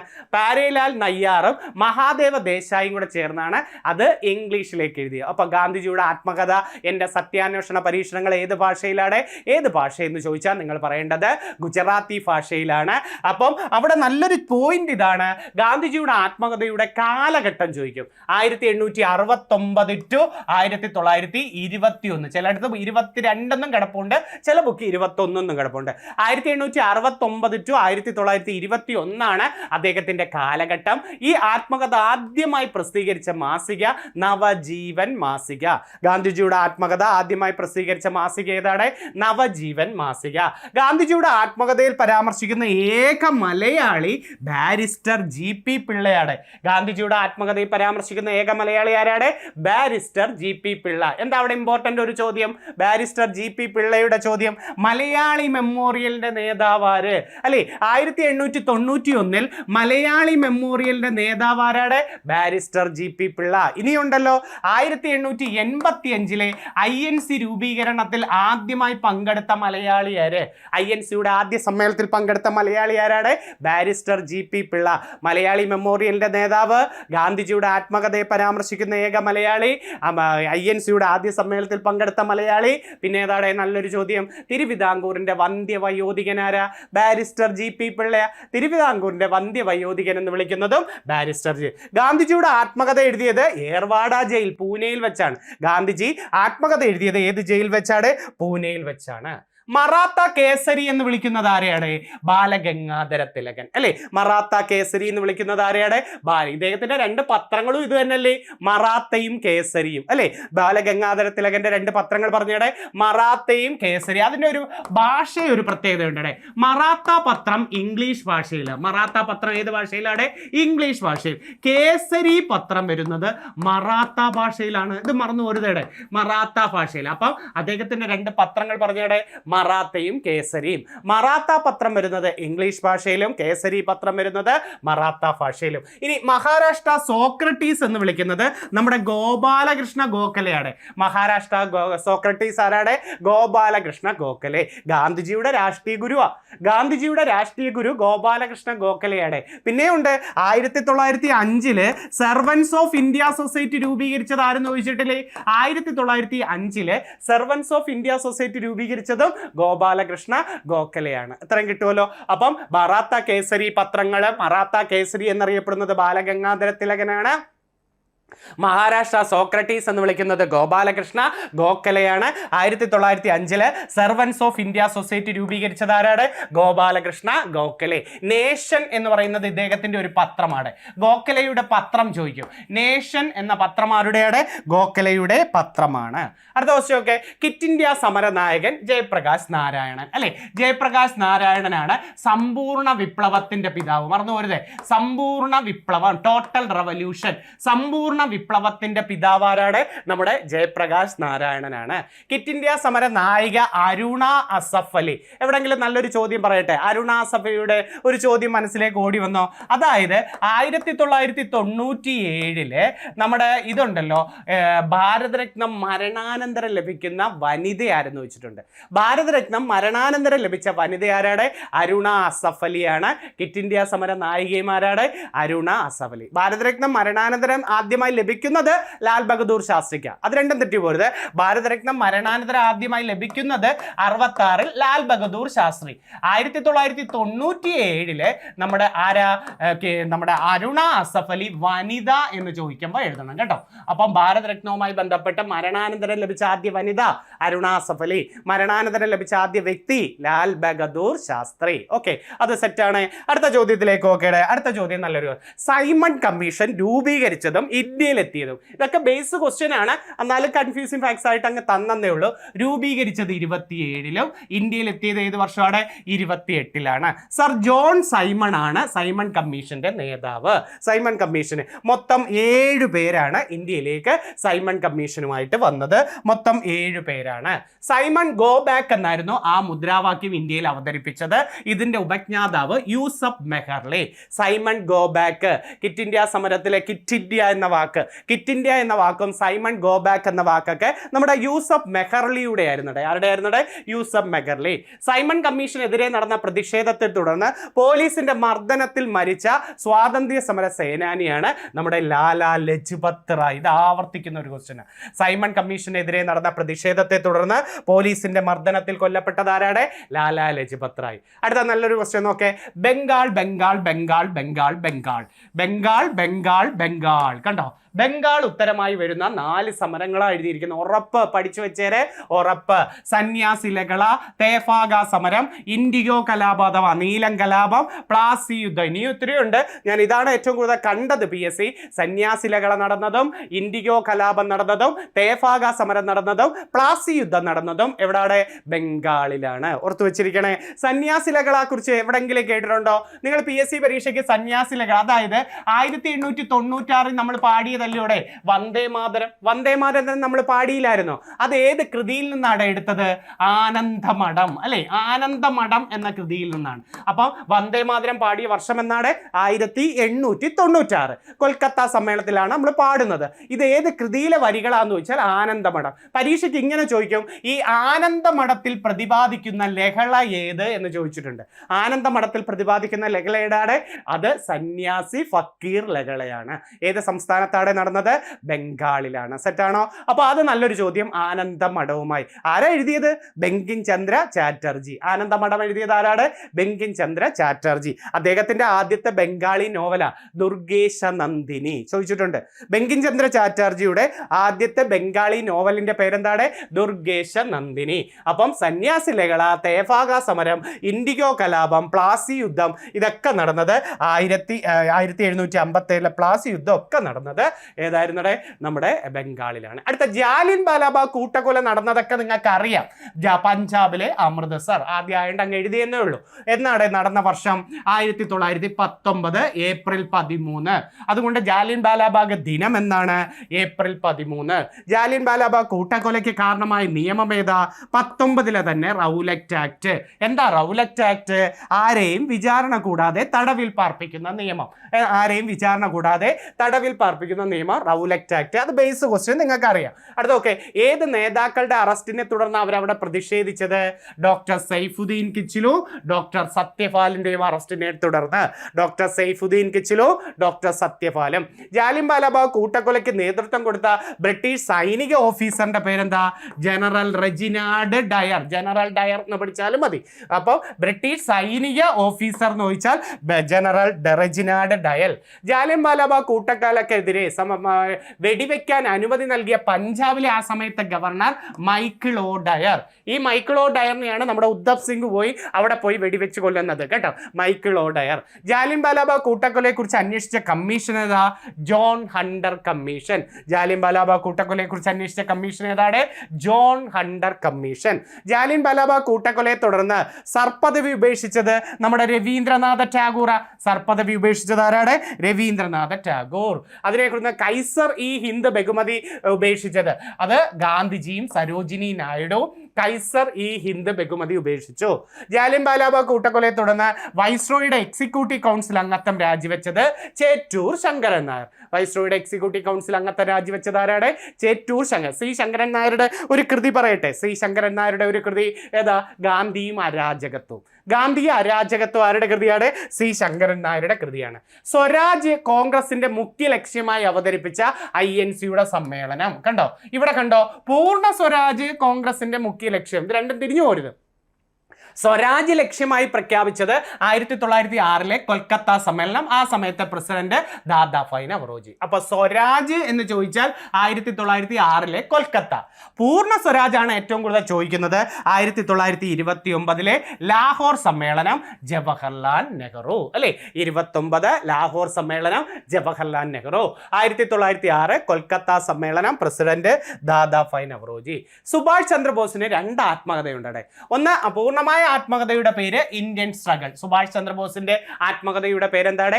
Indian struggle. സുഭാഷ് ചന്ദ്രബോസിന് ഒരു അപൂർണ ആത്മകഥയുണ്ട്, ഇന്ത്യൻ പിൽഗ്രിം. പരീക്ഷയ്ക്ക് ചോദിക്കാം. സുഭാഷ് ചന്ദ്രബോസിന്റെ അപൂർണ ആത്മകഥയുടെ പേരെന്താണ്? ഇന്ത്യൻ പിൽഗ്രിം എന്നാണ് അദ്ദേഹത്തിന്റെ അപൂർണ ആത്മകഥയുടെ പേര്. മെയിൻ ആത്മകഥ ഇന്ത്യൻ സ്ട്രഗിൾ ആണ് നമ്മൾ പറയേണ്ടത്. വട്ടമേശ സമ്മേളനങ്ങൾ 3 വർഷമല്ലേ തുടങ്ങിയത്? 30, 31, 32 അല്ലെ? വട്ടമേശ സമ്മേളനങ്ങൾ തുടങ്ങിയ വർഷം എന്നാണ് 30, 31, 32. എവിടെ വിളിച്ചു കൂട്ടിയേ? ലണ്ടനിലെ ഏത് കൊട്ടാരത്തിൽ? James palace. വട്ടമേശ സമ്മേളനങ്ങൾ വിളിച്ചു കൂട്ടിയ കൊട്ടാരം ഏതാണ്? ലണ്ടനിലെ ജെയിംസ് പാലസ്. ആ സമയത്തെ ബ്രിട്ടീഷ് പ്രധാനമന്ത്രി റംസേ മക്ഡൊണാൾഡ്. വട്ടമേശ സമ്മേളനങ്ങൾ വിളിച്ചു കൂട്ടിയ ബ്രിട്ടീഷ് പ്രധാനമന്ത്രി ആരാണ്? റംസേ മക്ഡൊണാൾഡ്. ഒന്നാം വട്ടമേശ സമ്മേളനത്തിൽ ഇന്ത്യയുടെ വൈസ്രോയി ഇർവിൻ പ്രഭുവാണ്. ഒന്നാം വട്ടമേശ സമ്മേളനത്തിൽ ഇന്ത്യയുടെ വൈസ്രോയി ആരാണ്? ഇർവിൻ. പക്ഷേ 2ഉം 3ഉം വട്ടമേശ സമ്മേളനത്തിൽ ഇന്ത്യയുടെ വൈസ്രോയി എന്ന് എടുത്തു ചോദിച്ചാൽ വെല്ലിംഗ്ടൺ പ്രഭുവാണ് പറയണ്ടേ. അപ്പോൾ ഒന്നാം വട്ടമേശ സമ്മേളനത്തിൽ ഇന്ത്യയുടെ വൈസ്രോയി ഇർവിൻ പ്രഭു, 2ഉം 3ഉം വട്ടമേശ സമ്മേളനത്തിൽ ഇന്ത്യയുടെ വൈസ്രോയി ആരാണ്? വെല്ലിംഗ്ടൺ പ്രഭു. എടുത്തു ചോദിക്കാറുണ്ട്. ഏത് ഉടമ്പടി പ്രകാരമാണ് ഗാന്ധിജി വട്ടമേശ സമ്മേളനത്തിൽ പോകുന്നത്? 1931 ഗാന്ധി ഇർവിൻ ഉടമ്പടി പ്രകാരം ഗാന്ധിജി 2ആം വട്ടമേശ സമ്മേളനത്തിൽ പങ്കെടുത്തു. അപ്പൊ ഗാന്ധിജി പങ്കെടുത്ത ഏക വട്ടമേശ സമ്മേളനം ഏതാണ്? 2ആം വട്ടമേശ സമ്മേളനം. 1931 ഗാന്ധി ഇർവിൻ ഉടമ്പടി പ്രകാരമാണ് അദ്ദേഹം പങ്കെടുക്കുന്നത്. അതും നല്ലൊരു ക്വസ്റ്റ്യൻ ആണ്. ഓക്കെ, ഇനി 3 വിശേഷണങ്ങളാണ്. ദേശബന്ധു, ദീനബന്ധു, ബംഗബന്ധു. ദേശബന്ധു CR ദാസും, ദീനബന്ധു CF ആൻഡ്രൂസും, ബംഗബന്ധു നമ്മുടെ മുജിബുൾ റഹ്മാൻ, ബംഗ്ലാദേശിന്റെ പിതാവായ മുജിബുൾ റഹ്മാൻ. അപ്പൊ Deshbandhu CR Das, Deenabandhu CF Andrews, Bangabandhu Mujibul Rahman. CR ദാസിനെ നമ്മൾ പഠിച്ചിട്ടുണ്ട്. 1923 സ്വരാജ് പാർട്ടി രൂപീകരിച്ചത് മോത്തിലാൽ നെഹ്റുവും പിന്നെ ആരും കൂടെ ചേർന്നാണ്? CR ദാസും കൂടെ ചേർന്ന അല്ലെ? ഇന്ത്യക്ക് ഒരു ഭരണഘടന വേണമെന്ന ആശയം ആദ്യമായി കൊണ്ടുവന്ന രാഷ്ട്രീയ പാർട്ടി ഏതാ? ഇന്ത്യക്ക് ഭരണഘടന വേണമെന്ന ആശയം ആദ്യമായി കൊണ്ടുവന്ന രാഷ്ട്രീയ പാർട്ടി സ്വരാജ് പാർട്ടി. 1921 CR ദാസും മോത്തിലാൽ നെഹ്റു. ആ CR ദാസിനെ വിളിക്കുന്നതാണ് ദേശബന്ധു എന്ന് വിളിക്കുന്നത്. ദീനബന്ധു ആരാണ്? CF ആൻഡ്രോസ്. ബംഗബന്ധു ആരാണ്? മുജിബുൾ റഹ്മാൻ. ബംഗ്ലാദേശിന്റെ പിതാവ് മുജിബുൾ റഹ്മാൻ ആണ്. നമ്മുടെ സർദാർ വല്ലഭായ് പട്ടേലിന്റെ ഒരു വിശേഷണം കണ്ടോ? ഇന്ത്യയുടെ ബിസ്മാർക്ക് അല്ലെ? ഇന്ത്യയുടെ, അതായത് ബിസ്മാർക്കിനെ നമുക്കറിയാം ജർമ്മനിയിൽ നിണവും ഇരുമ്പും എന്ന നയം കൊണ്ടുവന്നതുകൊണ്ട് ഇന്ത്യയിൽ ആ നയം ആവിഷ്കരിച്ചതുകൊണ്ട് ഇന്ത്യയുടെ ബിസ്മാർക്ക്, ഇന്ത്യയുടെ ഉരുക്കു മനുഷ്യൻ, ബർദോളി ഗാന്ധി, ഗുജറാത്ത് സിംഹം, മൗലികാവകാശങ്ങളുടെ ശില്പി, അഖിലേന്ത്യാ സിവിൽ സർവീസിന്റെ പിതാവ്, സ്വതന്ത്ര ഇന്ത്യയിലെ ആദ്യ ഉപപ്രധാനമന്ത്രി, സ്വതന്ത്ര ഇന്ത്യയിലെ ആദ്യത്തെ ആഭ്യന്തരമന്ത്രി. ഒത്തിരിയുണ്ട്. നാട്ടുരാജ്യങ്ങൾ സംയോജിപ്പിച്ചതാര്? ഇതൊക്കെ ഇപ്പം വിശേഷണങ്ങൾ കണ്ടപ്പോൾ ഞാൻ എഴുതിയെന്നേ ഉള്ളൂ. ഏതൊക്കെയാണ്? ഇതാ ഈ അടുത്ത കാലത്ത് ഈ ചോദ്യം, അവസാനത്തെ ചോദ്യം ചോദിച്ചു, ഇന്ത്യയുടെ ആദ്യത്തെ ആഭ്യന്തരമന്ത്രി ആരെന്ന് ചോദിച്ചു. ഇന്ത്യയുടെ ആദ്യത്തെ ആഭ്യന്തരമന്ത്രി സർദാർ വല്ലഭായ് പട്ടേലാണ്. അപ്പം ഇന്ത്യയുടെ ബിസ്മാർക്ക് എന്നും ഇന്ത്യയുടെ ഉരുക്കു മനുഷ്യൻ, ബർദോളി ഗാന്ധി, ഗുജറാത്ത് സിംഹം, മൗലികാവകാശങ്ങളുടെ ശില്പി, അഖിലേന്ത്യാ സിവിൽ സർവീസിന്റെ പിതാവ്, സ്വതന്ത്ര ഇന്ത്യയിലെ ആദ്യ ഉപപ്രധാനമന്ത്രി, സ്വതന്ത്ര ഇന്ത്യയിലെ ആദ്യ ആഭ്യന്തരമന്ത്രി എന്നൊക്കെ വിശേഷണമാർക്കാണ് സർദാർ വല്ലഭായ് പട്ടേലിനാണ്. സെറ്റല്ലേ? അപ്പം അത് പരീക്ഷയ്ക്ക് ചോദിക്കാറുണ്ട്. അടുത്ത ചോദ്യത്തിലേക്ക് വരാം. സർദാർ വല്ലഭായ് പട്ടേലിന്റെ പേരിൽ പോലീസ് അക്കാഡമി ഹൈദരാബാദിലുണ്ട്. നമ്മുടെ ഹൈദരാബാദിലാണ് പോലീസ് അക്കാഡമി. തെലങ്കാനയുടെ തലസ്ഥാനമല്ലേ ഇപ്പൊ ഹൈദരാബാദ്? Sardar Vallabhbhai Patel police academy Hyderabad. ഇന്ത്യയിലെ ഏറ്റവും വലിയ നാട്ടുരാജ്യം ഹൈദരാബാദ്. ഇന്ത്യയിലെ ഏറ്റവും വലിയ നാട്ടുരാജ്യം ഏതാണ്? ഹൈദരാബാദ്. ഹൈദരാബാദിന്റെ തീരത്തൂടി ഒഴുകുന്ന നദിയാ മുസി. ഹൈദരാബാദിന്റെ തീരത്തൂടി ഒഴുകുന്ന നദി ഏതാണ്? മുസിയാണ്. സൈനിക സഹായ വ്യവസ്ഥയിൽ ഒപ്പുവെച്ച ആദ്യ നാട്ടുരാജ്യവും ഹൈദരാബാദാണ്. അപ്പൊ ഇന്ത്യയിലെ ഏറ്റവും വലിയ നാട്ടുരാജ്യം ഹൈദരാബാദ്. സൈനിക സഹായ വ്യവസ്ഥയിൽ ഒപ്പുവെച്ച ആദ്യ നാട്ടുരാജ്യം ഏതാണ്? ഹൈദരാബാദ്. സർദാർ വല്ലഭായ് പട്ടേൽ പോലീസ് മ്യൂസിയം കൊല്ലം ജില്ലയിലുണ്ടെന്ന് കേട്ടോ. സർദാർ വല്ലഭായ് പട്ടേൽ പോലീസ് മ്യൂസിയം എവിടെയാണ്? കൊല്ലം. സർദാർ വല്ലഭായ് പട്ടേലിന്റെ പേരിൽ എയർപോർട്ട് ഉള്ളത് ഗുജറാത്തിലെ അഹമ്മദാബാദാണ്. സർദാർ വല്ലഭായ് പട്ടേലിന്റെ പ്രതിമ, സ്റ്റാച്യു ഓഫ് ലിബർട്ടി സ്ഥിതി ചെയ്യുന്നത് ഗുജറാത്തിലെ നർമ്മദ നദിയിൽ. ഇന്ത്യയിലെ ലോകത്തിലെ തന്നെ ഏറ്റവും ഉയരം കൂടിയ പ്രതിമ സ്റ്റാച്യു ഓഫ് ലിബർട്ടി അല്ലേ? സർദാർ വല്ലഭായ് പട്ടേലിന്റെ ഏത് നദിയുടെ തീരത്താന്ന് ചോദിച്ചാൽ ഗുജറാത്തിലെ കെമ്പഗാഡ ഗ്രാമത്തിലെ നർമ്മദ നദിയിലാണ്. നല്ലൊരു ക്വസ്റ്റ്യൻ ആണ്. സർദാർ വല്ലഭായ് പട്ടേൽ, പോലീസ് അക്കാഡമി ചോദിക്കാറുണ്ട്. ബ്രഹ്മസമാജം പല തരമുണ്ടേ. അതായത് രാജാറാം മോഹൻ റോയ് കൊണ്ടുവന്ന ബ്രഹ്മസമാജം 1828 1828 കൊൽക്കത്തയിലാണ് രാജാറാം മോഹൻ റോയ് കൊണ്ടുവന്ന ബ്രഹ്മസമാജം. പക്ഷെ അത് 66 ഡിവൈഡ് ചെയ്ത് മാറുന്നുണ്ട്. ആദ്യ ബ്രഹ്മസമാജവും ഭാരതീയ ബ്രഹ്മസമാജവും, ഭാരതീയ അല്ലെങ്കിൽ ഇന്ത്യൻ ബ്രഹ്മസമാജം എന്ന് പറയും. അപ്പൊ 1828 ബ്രഹ്മസമാജം സ്ഥാപിച്ചത് ആരാണ്? രാജാറാം മോഹൻ റോയ്. ഏത് വർഷം? കൊൽക്കത്തയിൽ 1828. ആദ്യ ബ്രഹ്മസമാജം സ്ഥാപിച്ചത് ദേവേന്ദ്രനാഥ ടാഗോർ 1866. ഭാരതീയ ബ്രഹ്മസമാജം സ്ഥാപിച്ചത് കേശവചന്ദ്ര സെൻ 1866. പിന്നീട് വീണ്ടും ഡിവൈഡ് ചെയ്ത് സാധാരണ ബ്രഹ്മസമാജം വരുന്നു. അപ്പൊ ആനന്ദ മോഹൻ ബോസ് 1878. അപ്പൊ ആ ക്വസ്റ്റ്യൻ വായിച്ച് എഴുതാവൂ. ബ്രഹ്മസമാജം ആര്? രാജാറാം മോഹൻ റോയ്. ആദ്യ ബ്രഹ്മസമാജം ദേവേന്ദ്രനാഥ ടാഗോറും ഭാരതീയ ബ്രഹ്മസമാജം കേശവചന്ദ്ര സെന്നും സാധാരണ ബ്രഹ്മസമാജം ആനന്ദ മോഹൻ ബോസ്. അപ്പോൾ ആ വായിച്ചിട്ട് ആ ബ്രഹ്മസമാജം ഏതാണെന്ന് ചാടിക്കേറി എഴുതാവൂ. അപ്പോൾ ബ്രഹ്മസമാജം സ്ഥാപിച്ചതാരാണ്? രാജാറാം മോഹൻ റോയ്. ഏത് വർഷം? 22. രാജാറാം മോഹൻ റോയുടെ ആദ്യ സംഘടന ഏതാണെന്നറിയാമോ? ആത്മീയ സഭ. രാജാറാം മോഹൻ റോയുടെ ആദ്യ സംഘടന ഏതാണ്? ആത്മീയ സഭ. 1815 ആത്മീയ സഭ വരുന്നത്. ഇനി അങ്ങോട്ടൊക്കെ എഴുതി തരും ഞാനത്. അദ്ദേഹത്തിന്റെ 2 പത്രങ്ങളാണ്, സംവാദ് കൗമുദി, മിറാത്തുൽ അക്ബർ. ബംഗാളി ഭാഷയിൽ സംവാദ് കൗമുദിയും പേർഷ്യൻ ഭാഷയിൽ മിറാത്തുൽ അക്ബർ ഒക്കെ എഴുതിയത് രാജാറാം മോഹൻ റോയ്. അടുത്ത നല്ലൊരു ചോദ്യത്തിലേക്ക് പോകാം. ഹോം റൂൾ പ്രസ്ഥാനം വന്നത് 16 1916. 2 പേരുണ്ട് സ്ഥാപകര്. ആനി ബസന്റ് അടയാറിലും സ്ഥാപിച്ചു, ബാലഗംഗാധര തിലകൻ പൂനെയിലും സ്ഥാപിച്ചു. അപ്പൊ ഹോം റൂൾ പ്രസ്ഥാനം സ്ഥാപിച്ചത് ആരാണ്? 1916 ആനി ബസന്റ് അടയാറ്, ബാലഗംഗാധര തിലകൻ പൂനെയിൽ. അടയാർ എന്ന് കേട്ടിട്ടുണ്ടോ? നമ്മുടെ രുക്മിണി ദേവി അരുണ്ടേൽ കേട്ടിട്ടുണ്ടോ? അതായത് രാഷ്ട്രപതി നോമിനേറ്റ് ചെയ്ത, രാജ്യസഭയിലേക്ക് നോമിനേറ്റ് ചെയ്ത ആദ്യത്തെ വനിത, രാഷ്ട്രപതി രാജ്യസഭയിലേക്ക് നോമിനേറ്റ് ചെയ്ത ആദ്യത്തെ വനിതയാണ് രുക്മിണി ദേവി അരുണ്ടേൽ. അവരുടെ സ്ഥാപനമാണ് കലാക്ഷേത്ര. പ്രശസ്ത നർത്തകിയാണ്, ഭരതനാട്യ കുച്ചിപ്പുടി നർത്തകിയാണ് രുക്മിണി ദേവി അരുണ്ടേൽ. അവരുടെ സ്ഥാപനം സ്ഥിതി ചെയ്യുന്നത്, കലാക്ഷേത്ര സ്ഥിതി ചെയ്യുന്നത് അടയാറിലാണ്. ബാലഗംഗാധര തിലകന്റെ ഏതാണ്? പൂനെയിലാണ് ബാലഗംഗാധര തിലകന്റെ. അടുത്ത ഓക്കെ, സ്വാഭിമാന പ്രസ്ഥാനം ആരംഭിച്ചത് ഇപ്പം കഴിഞ്ഞ ശനിയാഴ്ച പരീക്ഷ ചോദിച്ചായിരുന്നു അല്ലെ. സ്വാഭിമാന പ്രസ്ഥാനവ സെൽഫ് റെസ്പെക്ട് മൂവ്മെന്റ് ആരംഭിച്ചത് VV രാമസ്വാമി നായ്ക്കർ 1925. പെരിയോർ എന്നും വൈക്കം ഹീറോ എന്നും വിളിക്കുന്നതും EV രാമസ്വാമി നായ്ക്കരെ അല്ലേ. പെരിയോർ എന്നും വൈക്കം ഹീറോ എന്നറിയപ്പെടുന്നതും EV രാമസ്വാമി. ദേശീയ ഗാനമായ ജനഗണമന ആദ്യമായി ആലപിച്ചത് 11 കൊൽക്കത്ത സമ്മേളനത്തിലാണ് ആദ്യമായി ആലപിക്കുന്നത്. രവീന്ദ്രനാഥ ടാഗോറും സരളാദേവി ചൗധരാണിയുമാണ് ഇത് പാടുന്നത്. എഴുതുന്നത് ടാഗോർ മാത്രമേ ഉള്ളൂ, പാടിയത് 2 പേർ ചേർന്ന്, രവീന്ദ്രനാഥ ടാഗോറും സരളാദേവിയും. ദേശീയ ഗീതമായ വന്ദേ മാതരം ആദ്യമായി ആലപിച്ചത് 1896, അത് കൊൽക്കത്ത സമ്മേളനം. എഴുതിയത് ബങ്കിം ചന്ദ്ര ചാറ്റർജി ആണെങ്കിലും പാടിയത് ടാഗോറാണ്. ആ സമയത്ത് ചാറ്റർജി മരിക്കുകയാണ് ചെയ്തത്. അതുകൊണ്ട് ആദ്യമായിട്ട് പാടിയത് ആര് എന്ന് ചോദിച്ചാൽ ടാഗോറും, എഴുതിയത് ആരെന്ന് ചോദിച്ചാൽ ബങ്കിം ചന്ദ്ര ചാറ്റർജിയുമാണ് നമ്മൾ പറയേണ്ടത്. വന്ദേ മാതരം എടുത്തിരുത്തുന്ന കൃതി ആനന്ദമഠം അല്ലേ. ആനന്ദമഠത്തിൽ പ്രതിപാദിക്കുന്ന ലഹള ഏതാണ്? സന്യാസി ഫക്കീർ ലഹള. ഇനി 2 അസോസിയേഷൻ നോക്കേ. East India association, Indian association. East India association, Indian association തെറ്റിപ്പോയത് 10 വർഷത്തെ ഗ്യാപ്പിലാണ് വരുന്നത്. 1866 ദാദാഭായ് നവറോജി ഈസ്റ്റ് ഇന്ത്യ അസോസിയേഷനും 1876 സുരേന്ദ്രനാഥ ബാനർജി ഇന്ത്യൻ അസോസിയേഷൻ സ്ഥാപിച്ചു. അപ്പൊ ഈസ്റ്റ് ഇന്ത്യ അസോസിയേഷൻ സ്ഥാപിച്ചത് 1866 ദാദാഭായ് നവറോജി, ഇന്ത്യൻ അസോസിയേഷൻ സ്ഥാപിച്ചത് 1876 സുരേന്ദ്രനാഥ ബാനർജി. അത് നല്ലൊരു ക്വസ്റ്റ്യൻ. ഇനി ഗാന്ധിജിയുടെ ആദ്യ സത്യാഗ്രഹം ഞാൻ പറഞ്ഞു, ദക്ഷിണാഫ്രിക്കയിൽ 1906. അടുത്തതാ ബേസ് ക്വസ്റ്റ്യൻ. സോ ഗാന്ധിജിയുടെ ആദ്യ ഇന്ത്യയിലെ സത്യാഗ്രഹം ചമ്പാരൻ സത്യാഗ്രഹം 17 ബീഹാർ. ഇതൊക്കെ അറിയാം, എന്നാലും ഞാനൊരു കൺഫ്യൂഷൻ മാക്സ് എഴുതി തരണമല്ലോ. ഗാന്ധിജിയുടെ ഇന്ത്യയിലെ ആദ്യ നിരാഹാര സത്യാഗ്രഹം അഹമ്മദാബാദ് മിൽപ്പണിമുടക്ക് 18 ഗുജറാത്ത് അല്ലേ. ആദ്യ സത്യാഗ്രഹം ദക്ഷിണാഫ്രിക്ക, ഇന്ത്യയിലെ ആദ്യ സത്യാഗ്രഹം ചമ്പാരൻ 17 ബീഹാർ, നിരാഹാര സത്യാഗ്രഹം അഹമ്മദാബാദ് മിൽപ്പണിമുടക്ക് 18 ഗുജറാത്ത്. ഗാന്ധിജിയുടെ ദേശീയ രാഷ്ട്രീയത്തിലേക്കുള്ള കാൽവയ്പ് എന്നറിയപ്പെടുന്ന സത്യാഗ്രഹം 19 റൗലറ്റ് സത്യാഗ്രഹം. 19 റൗലറ്റ് സത്യാഗ്രഹം ഗാന്ധിജിയുടെ ആദ്യ ജനകീയ സത്യാഗ്രഹം അഥവാ ബഹുജന പ്രക്ഷോഭം. 20 നിസ്സഹകരണ സമരം. ഗാന്ധിജിയുടെ ആ സെറ്റ് അങ്ങ് പഠിച്ചു വെച്ചിരിക്കണേ, 20 നിസ്സഹകരണ സമരം. ഗാന്ധിജി ആദ്യമായി മഹാത്മാ എന്ന് വിളിച്ചത് രവീന്ദ്രനാഥ ടാഗോറാണ്. ഗാന്ധിജി എന്നല്ല, ഗാന്ധിജിയെ ആദ്യമായി മഹാത്മാ എന്ന് വിളിച്ചത് ആരാണ്? ടാഗോറാണ്. ഗാന്ധിജിയെ ആദ്യമായിട്ട് രാഷ്ട്രപിതാവ് എന്ന് വിളിച്ചത് നമ്മുടെ സുഭാഷ് ചന്ദ്രബോസ് ആണ്. മഹാത്മാ എന്ന് വിളിച്ചത് ടാഗോറും രാഷ്ട്രപിതാവ് എന്ന് വിളിച്ചത് സുഭാഷ് ചന്ദ്രബോസ്. ഗാന്ധിജിയെ ബാപ്പുജി എന്ന് വിളിച്ചത് ജവഹർലാൽ നെഹ്റു ആണ്. ഗാന്ധിജിയെ ബാപ്പുജി എന്ന് വിളിച്ചത് ആരാണ്? ജവഹർലാൽ നെഹ്റു ആണ് ബാപ്പുജി എന്ന് വിളിക്കുന്നത്.